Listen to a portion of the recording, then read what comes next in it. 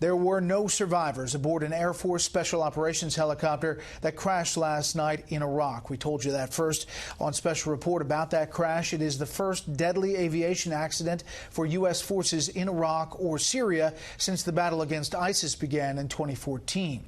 National security correspondent Jennifer Griffin reports tonight from the Pentagon about a tough week for U.S. military aviation and the military. The Air Force Pave Hawk helicopter crashed while on a routine mission ferrying personnel between bases in western Iraq. All 7 Americans on board were killed. Initial reports say the Special Operations helicopter hit a power line near the city of Al-Qaim along the Iraq-Syria border. It comes one day after a U.S. Navy F-18 Super Hornet crashed off Key West, flying on one engine as it approached the runway at low altitude. 1 mile out, the other engine failed. The jet rolled over as both aviators ejected, killing the pilot, Lieutenant Commander James Johnson, and his weapons systems officer, Lieutenant Caleb King, who played football at the Naval Academy and graduated in 2012. The jet came from a squadron that deployed last year aboard USS George H.W. Bush, carrying out airstrikes against ISIS.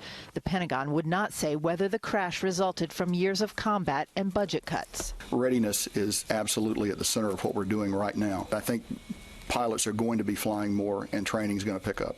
Today, only half the Navy's Super Hornet fleet can fly. President Trump spoke in front of an F-18 at a Boeing hangar in Missouri hours before the crash. The F-18, one of my favorite planes.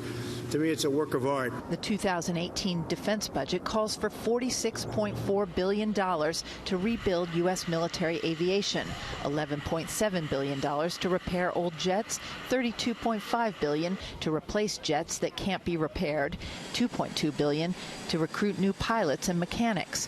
Fox first reported the Navy grounded its fleet of training jets after instructor pilots complained of being poisoned in the cockpit.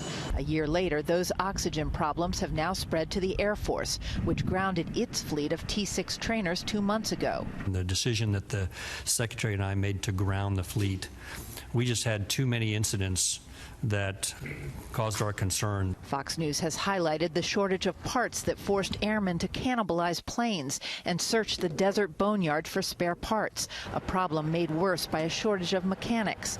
We have fallen behind in supporting our men and women adequately.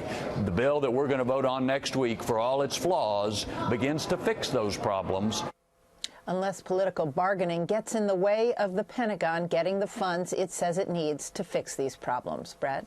Jennifer Griffin on top of the story from the beginning at the Pentagon. Jennifer, thank you.